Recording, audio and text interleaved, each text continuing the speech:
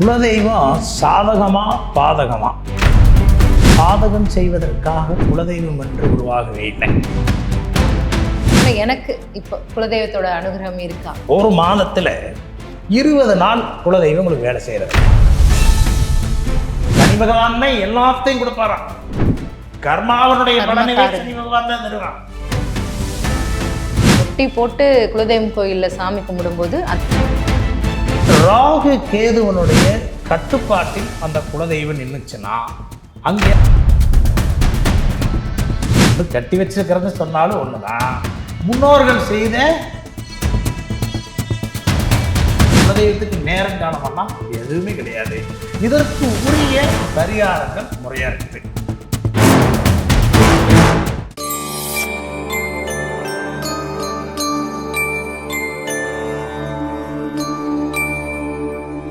Temple express நேயர்கள் அனைவருக்கும் வணக்கம். தமிழ் மாநில பாரம்பரிய வள்ளுவர் குல சங்க ஜோதிட பேராசிரியர் திருப்பூர்ல இருந்து டாக்டர் திரு KV ரவிச்சந்திரா அவர்கள் நம்ம கூட இணைஞ்சிருக்காங்க. அவர்கிட்ட ஜோதிடம் சம்பந்தப்பட்ட நிறைய விஷயங்கள் பேசி தெரிஞ்சுக்கலாம். வாங்க பார்க்கலாம். வணக்கம் சார். சார், இப்போ குலதெய்வத்தோட அனுகிரகம் கிடைக்கணும் அப்படிங்கிறதுக்காக அந்த கோயிலுக்கு போகும்போது தடைகள்லாம் எப்படி தவிர்க்கணும் அப்படிங்கிறத நீங்க சொல்லிட்டீங்க. அதே குலதெய்வம் நமக்கு சாதகமா இருக்கணும்னா நம்ம என்ன பண்ணணும் சார்? குலதெய்வம் சாதகமா பாதகமா? பாருங்க, யாருக்குமே குலதெய்வம் பாதகம் செய்வதற்காக குலதெய்வம் என்று உருவாகவே இல்லை. ஆனால் நாம் என்ன சொல்கிறோம், எங்களுக்கு குலதெய்வ வேலை செய்யலை, அதில் ஒரு பிரச்சனை, பல தொந்தரவு, இதெல்லாம் நம்ம சொல்கிறோம். இது உண்மையானா கண்டிப்பாக உண்மைதான், அதில் மாற்றுக்கிறதுனே. சாதகமாக வேலை செய்யணும் அப்படின்னா, இப்போது உங்கள் பாட்டன் இருக்கிறார், பாட்டனுடைய சொத்து யாருக்கு பங்கு இருக்குது? பேரனுக்கும் பங்கு இருக்குது, மகனுக்கும் பங்கு இருக்குது. அப்போ பாட்டனுடைய பாவம் யாருக்கு பங்கு வரும்? அதே பாவம் பங்கு வருமா வராதா? இதெல்லாம் பாயிட்டு. அப்ப அவங்க நல்லது செஞ்சிருந்தா இங்க என்ன வரும்? நல்லது. அவரு நல்லது கொடுத்திருந்தா இங்க என்ன வரும்? அதே நல்லது. அவரு தப்ப கொடுத்திருந்தா இங்க என்ன வரும்? அதே தப்பு. இந்த இடத்துலதான் சாதகம் பாதகம் வேலை செய்வது மெய்ப்பொருள். இதுதான் மிக முக்கியமான கருத்து. குலதெய்வம் இங்கே நம்மளுக்கு தப்பாக வேலை செய்யாது. காரணம், குலதெய்வம் ஒரு பாட்டனால் மட்டும் சூழப்படக்கூடியது அல்ல. பங்காளி அத்தனை பேர்த்தும் சேர்ந்து நம்மளுடைய அந்த குடும்பம் வம்சமே சேர்ந்து ஒன்றாக இணைந்ததற்கு பேர் தான் குலதெய்வம். அதனால குலதெய்வம் நல்லா தெரியும்.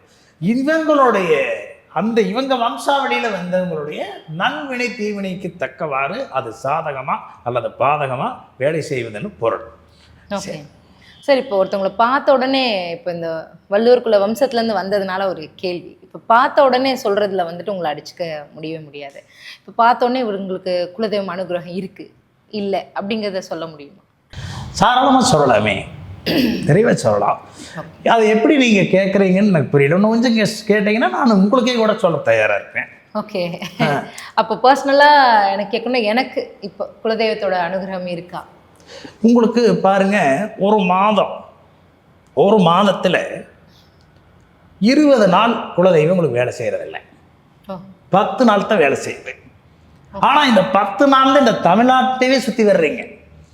இந்த டெம்பிள் எக்ஸ்பிரஸ் சேனல் பல பகுதிக்கு போகுது, பல உலக நாடுகளுக்கெல்லாம் போகுது. 10 நாள் வேலை செஞ்சதுக்கே. அப்போ இன்னும் 20 நாள் வேலை செஞ்சோம், இன்னும் பெருசாகும், இன்னும் மிகப்பெரிய ஒரு பிரசித்தி வரக்கூடிய அமைப்பு. அதற்குரிய எல்லா யோகங்களும் வாய்ப்புகளையும் இறைவன் வச்சிருக்கான். ஆனால் அந்த குலதெய்வம் நீங்கள் கும்பிட்டு கொண்டிருந்த குலதெய்வம் என்பது வேறு. நீங்கள் இப்போ என்ன பண்றீங்கன்னா, கும்பிட்டு இருக்கிற தெய்வமே வேறு.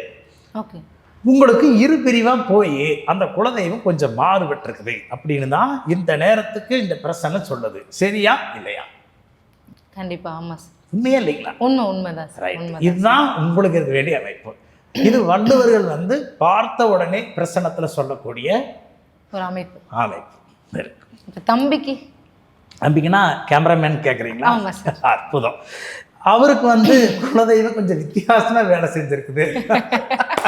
அது கொஞ்சம் வித்தியாசமா வேலை செஞ்சிருக்குது. இப்போ அவர் ஒரு முடிவு எடுக்கிறாரு, ஒரு வாழ்க்கை துணை அப்படிங்கிற ஒரு முடிவு எடுக்கிறாரு. அப்படி முடிவெடுத்த அந்த முடிவில் இவருக்கு ஒரு பொண்ணை விரும்புகிறாருன்னே வைங்களேன். ஒரு உதாரணத்துக்கு நம்ம அதை சொல்லக்கூடாது. ஒரு பெண்ணை விரும்புகிறாரு அல்லது ஒரு பெண் இவரை கட்டிக்கிறேன்னு ஒரு விருப்பம் வைக்கிறாங்கன்னு சொன்னால் கூட அது ஒரு பிரேக்கப் ஆகும். பிரேக்கப் ஆகி பிறகு இரண்டாவது ஒரு பொண்ணு வர்ற மாதிரி இருக்குது, அதுவும் வராது. ஆனால் இவர்கள் குடும்பத்தோடு ஒருங்கிணைந்த அற்புதமான அருமையான சிறப்பான கல்யாணம் நடக்கு. அது குலதெய்வத்தோட ஆசியோட நடக்கும் அவருக்கு. செட் ஆகாது. கரெக்ட்டுங்களா?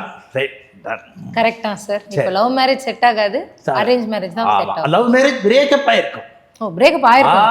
அப்படி பிரேக்கப் ஆன பொண்ணு பேரு ஆங்கில இடத்துலயே வச்சுக்கல. நான் தமிழ்லயே சொல்லிட்டு இருக்கோம், ஆங்கில இடத்துலயே வச்சுக்கல. அந்த பெண்ணுக்கு ஏன்னு முடியும், அந்த பெண்ணோட பேரு ஏன்னு முடியும், அல்லது ஐன்னு முடியும், அல்லது ஈன்னு முடியும். இந்த 3 இடத்துல ஒண்ணுதே இருக்கும். கேட்டுறேன் சார். அப்படிங்களா? ஆமாங்க sir. Very good, very good. போதும் சார். இப்போ தம்பிக்கும் சொல்லிட்டீங்க, இப்போ எனக்கு சொல்லிட்டீங்க. எப்பவுமே வந்துட்டு மக்கள் மாதிரி தான் நானும் பப்ளிக்கா ஒரு கொஸ்டின். சரி, அனுகிரகம் இல்லைன்னு சொல்றீங்க. சரி, எந்த அளவுக்கு இப்போ நான் வந்துட்டு பண்ணா குலதெய்வத்தோட அருள் இன்க்ரீஸ் அருள் கிடைக்கும் பாருங்க. உங்க குடும்பத்தோட நீங்கள் இப்ப வணங்கி கொண்டிருக்கக்கூடிய தெய்வத்தை குடும்ப சகிதமா போய் அங்க போய் என்னுடைய முன்னோர்கள் முதியோர்கள் எந்த ஒரு பாவத்தை செஞ்சிருந்தாலும் அது விலகணும்னு பாவக்காய், என்ன காய்? பாவக்காய். பாவக்காய். பாவம் பிளஸ் காய், அதுக்கு பேரு பாவக்காய். பாவத்தை விளக்கக்கூடிய காய் பாவக்காய். 1. 2வது கோவக்காய். கோவக்காய். ஓகே. கோவம் பிளஸ் காய். அப்போ அந்த குலதெய்வத்துக்கோ அல்லது நம்மளுக்கோ ஒரு கோவங்கள் இருக்காங்க இல்லையா, அந்த கோவத்தை விளக்கக்கூடிய காய் கோவக்காய் வச்சுக்கல. வேதாள எது மேல ஏறு? முருங்கை மரத்து மேல. கேள்விப்பட்டிருக்கீங்களா? ஏறுமா? அப்போ முருங்கைக்காய் வச்சுக்கல. எல்லா தெய்வங்களுமே அருவாளோட நிக்குது. ஆமா. அப்ப ஒரு காய் இருக்கு. என்ன காய் தெரியுங்களா? அருவாக்காய்னு பேரு. அருவாக்காய். அருவாக்காய்னு பேரு. ஆனா அதை என்ன முடிச்சு இப்ப சுருக்கிட்டாங்கன்னா, அதிகாலத்துல சார் அவரைக்காய் தான் சொல்றீங்க. அவரைக்காய் தான், அருவாக்காய்ங்கிறது பேரு தான். இன்னைக்கு அவரைக்காயா வந்துருச்சு. அவரைக்காய் 4 காய். புரிஞ்சுதுங்களா? அதே வேளை எலுமிச்சங்காய் மட்டும்தான் இருநிலைப்படும். எலுமிச்சம்பழம் சொல்லுவோம், பழம், எலுமிச்சை பழம்னு சொல்லுவோம். அது தேவகனி. தேவகனி. இப்ப இந்த 5ஐயும் ஒட்டுக்க வச்சு குலதெய்வத்து கோயிலுக்கு போய் ஒரு தட்டத்துல வச்சு 8 சுத்து. எத்தனை சுத்துங்க? 8 சுத்து. 8 சுத்து. 8 சுத்து சுத்தி வந்து வச்சு சாமி கும்பிடணும். சாமிகிட்ட வச்சுட்டு மறுபடியும் இன்னொரு சுத்து. ஓகே. 9 சுத்து. 9 சுத்து சுத்தி முறையா 9 சுத்து. ஃபர்ஸ்ட் 8 சுத்து சுத்திட்டு சாமி விடணும். அப்புறம் ஒரு சுத்து சுத்தணும். 9 சுத்து சுத்தி சாமி மட்டும் அந்த காயை கொண்டு ஒரு ஆத்துலையோ ஆறு ஓடுற தண்ணியில கொண்டு போய் விட்டுறலாம். விட்டுட்டீங்கன்னா உங்களுக்கு அந்த குலதெய்வத்தினால் ஏற்பட்டிருக்கக்கூடிய தடைகள் விலகும். இது எளிமையான பரிகாரம். இது ஒரு 50 ரூபா அல்லது 100 ரூபாய்க்குள்ள வந்துருமா? தாராளமா பண்ணலாம். பொதுமக்களுக்கு எங்கள் வள்ளுவர் குலத்தை சார்ந்த ஒரு பரிகாரமா நீங்க அதை எடுத்துக்கலாம். அது இறைவன் கொடுக்க சொன்னதை எடுத்துக்கலாம். இது 1. அதே வகையில இந்த குலதெய்வத்திற்கு இன்னொரு முறையிலையும் பூஜை இருக்குது. பாருங்க, இப்போ உங்க குலதெய்வ கெடா வெட்டுற சாமின்னு வைங்களேன். அப்ப அது ஒரு அசைவ பூஜை செய்யணும். ஓகே. அதே வேளை ஒரு சைவ பூஜைன்னு வைங்களேன், அது சைவ பூஜை செய்யணும். அது எப்படி செய்யணுங்கிறது உங்கள் ஜாதகத்தை பார்த்து சொல்ல முடியும். ஓகே. ஜாதகமே நீங்க பார்க்காமே கூட எளிமையா இந்த பரிகாரத்தை நீங்களே ஒரு இம்மிடியட்டா ஒரு தீர்வு வேணும் இல்லையா, அதனால அப்படி நீங்க செய்யலாம். குலதெய்வத்தோட அருள் வந்து நமக்கு இல்லை அப்படின்னு நமக்கு மனசுல பட்டுச்சு அப்படின்னாலே நீங்க சொன்ன இந்த 5 நீங்க பயன்படுத்துறீங்கன்னா ரொம்ப நல்லா இருக்கும். குலதெய்வத்தோட முழு அனுகிரகம் கிடைக்க ஒரு சூப்பரான பரிகாரம் சொல்லிருக்கீங்க. இதுலயே இன்னொரு விஷயம் இருக்கு. 5 பேருக்கு மேல போகக்கூடாது. அந்த குடும்பத்துல 5 பேர் இருந்தா மட்டும்தான் இந்த வேலை செய்யும். ஐயோ, இப்ப 6 பேர் அந்த குடும்பத்துல இருக்கிறாங்க. அப்ப என்ன செய்யறதுன்னா எள்ளு சேர்த்திக்கணும்.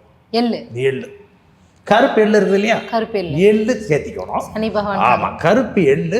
அப்புறம் உளுந்து. 7. ஆமா, அவர் உளுந்தெழுந்து எந்திரிக்கிறாரு. எப்படி சொல்லுவான்?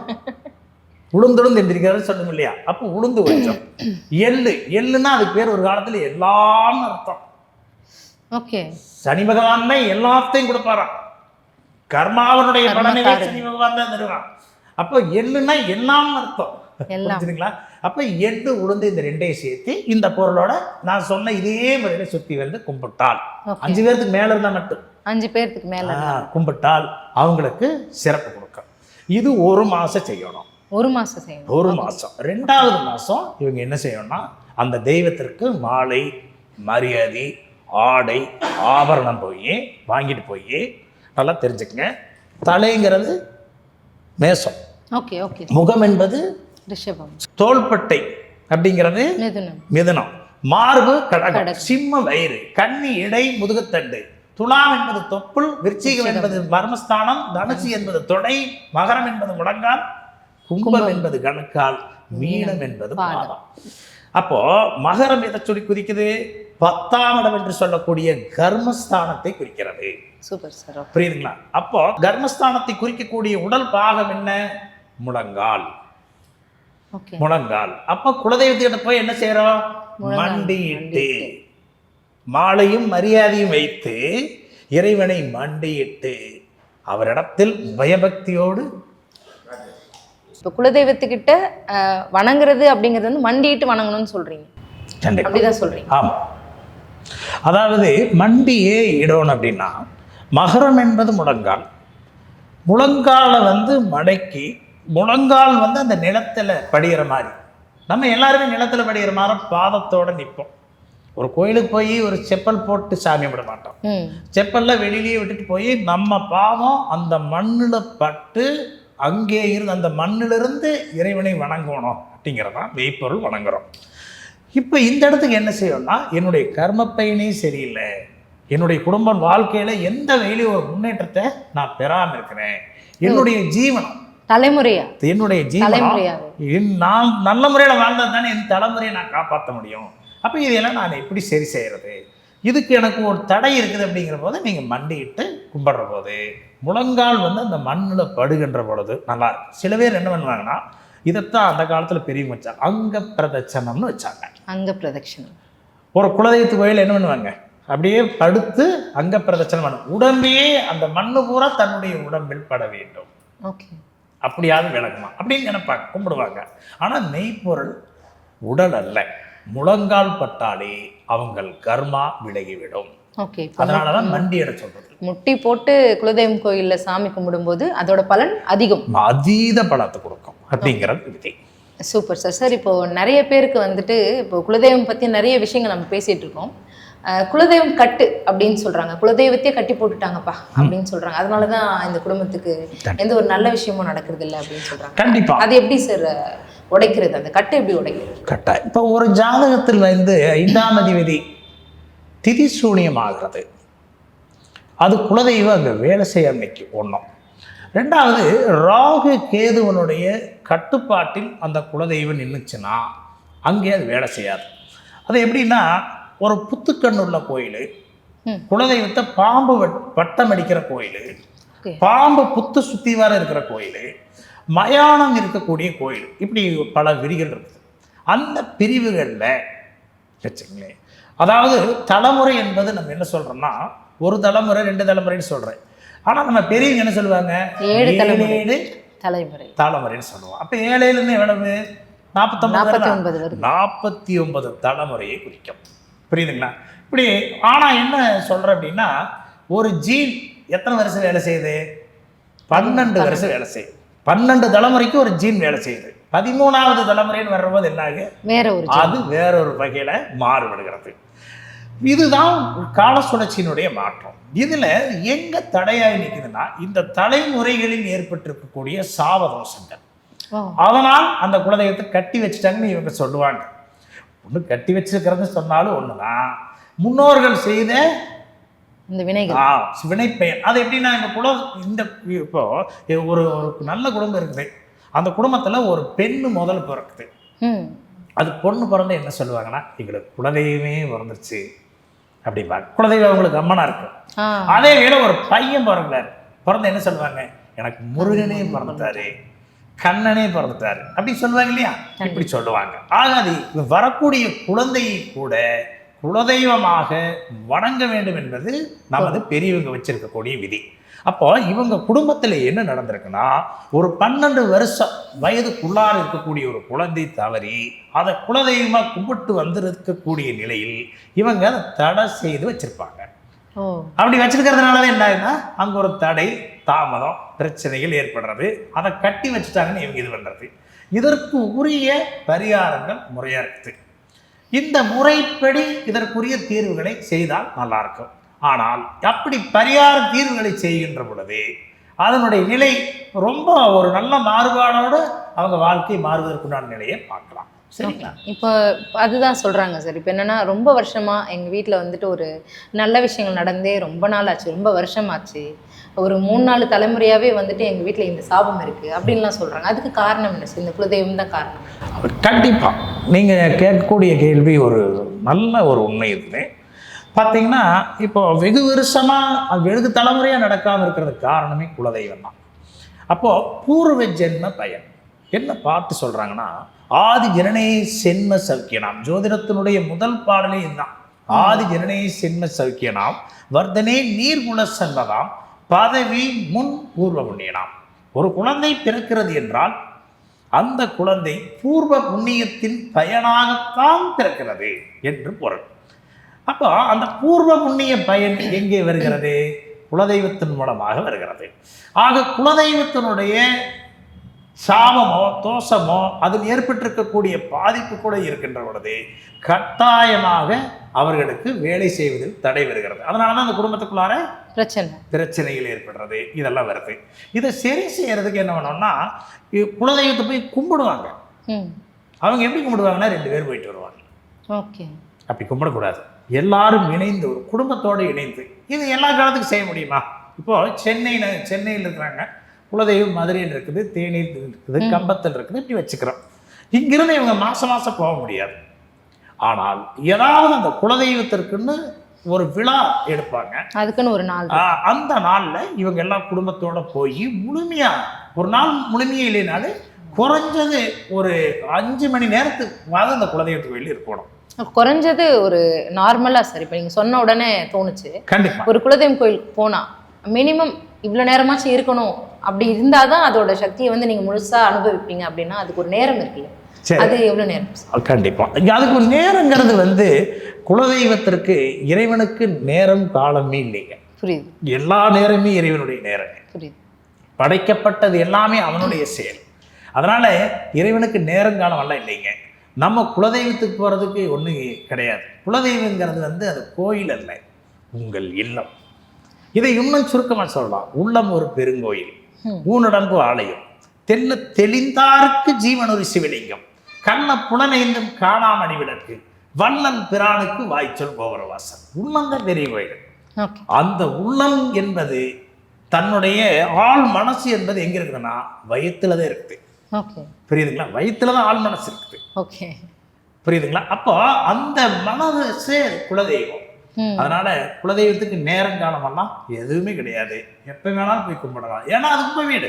நீங்க சொல்றது புரிஞ்சுது. இப்போ அந்த குலதெய்வம் கோயிலுக்கு இப்போ நான் போறேன் அப்படின்னா, இப்போ போயிட்டு உடனே கிளம்பிடுறாங்க தூரமா இருக்கும்போது. இப்போ இவ்வளோ நேரமாச்சும் இருங்க, கொஞ்சம் நேரமாச்சும் கோயிலில் இருங்கன்னா ஒரு 2 மணி நேரமோ 3 மணி நேரமோ அந்த நேரத்தை நீங்க குறிச்சு சொன்னா நீங்க பலனா இருக்கும். அது அருமைங்க. நீங்க வேற ஒன்றும் இல்லைங்க. நீங்க ஒரு வெளியூர்ல இருந்து வர்றீங்க, உங்க அப்பா அம்மா பார்க்க வர்றீங்க, உங்க பாட்டன் பாட்டி பார்க்க வர்றீங்க. வந்த உடனே கிளம்பிட்டா இந்த சாமி அந்த அவங்களுக்கு எப்படி இருக்கு? என்னுடைய பேத்தி வந்துச்சு, வெகு நாள் கழிச்சு வந்துச்சு, வந்த உடனே போயிருச்சு, ஒரு சாப்பிட கூட இல்லை அப்படின்னு அது நினைப்பாங்களே இல்லையா? கண்டிப்பா. இதே தானுங்க குலதெய்வம். தெய்வமா நீங்க எடுத்து வைக்கிறீங்கன்னு நான் சொல்றேன். தெய்வமா குலதெய்வத்தை பார்க்காதீங்க, உங்க முன்னோர்களா பாருங்க, உங்க பெரியவங்களா பாருங்க, உங்க மதிப்புக்குரியவங்களா பாருங்க அப்படிங்கிறத நான் சொல்றேன். அப்படி நீங்க பார்க்கிற போது அந்த தெய்வம் உங்களுக்கு நல்லாவே வேலை செய்யும். புரியுதுங்களா? அதை ஒரு உரிமையோடு இது பண்ணுங்க. ஒரு பிரச்சனையா போய் சண்டை கட்டுங்க, குலதெய்வத்தை சண்டை கட்டுங்க, கோவிச்சுட்டு வாங்க. அதே வேலை ஒரு நல்லது நடக்குதா குலதெய்வத்தை போய் சந்தோஷமா பேசுங்க. நீங்க உங்களுடைய அன்பை பகிர்ந்துக்குங்க. நீங்க ஒரு நல்ல வேலை செய்யறீங்கன்னா அந்த சாமிகிட்ட போய் ஒரு ஆசீர்வாதம் வாங்கிட்டு அடுத்த வேலை செய்யுங்க. நல்லது நடக்கும் இல்லையா? கிரகங்களும் அங்கே கட்டுப்படும். நவகிரகங்களும் கட்டுப்படும். கண்டிப்பாக ரொம்ப அருமையாக சொல்லியிருந்தீங்க சார். குலதெய்வத்தை பற்றி இந்த அளவுக்கு டீட்டெயிலாக நம்ம நல்லா சொல்லியிருந்தீங்க. மக்களுக்கும் நிறைய விஷயங்கள் குலதெய்வத்தை பற்றி புரிஞ்சிருக்கும். ரொம்ப நன்றி சார். வணக்கம்.